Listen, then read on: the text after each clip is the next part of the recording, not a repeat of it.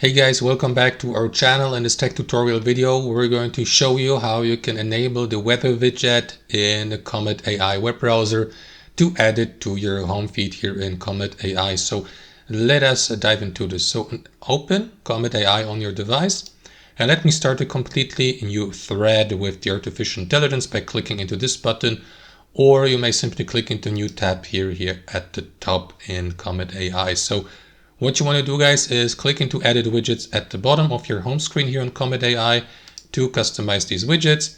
And after that, simply select the weather forecast here by clicking into that plus button. And there you go. You may also customize these even more and add other widgets, like, for example, that Zen widget here, or, for instance, your top sites, a clock, or a news feed, and so on and so forth, guys. So that's how it works. Hope you enjoyed this video, got some value from it, and we'll see you next time on our channel.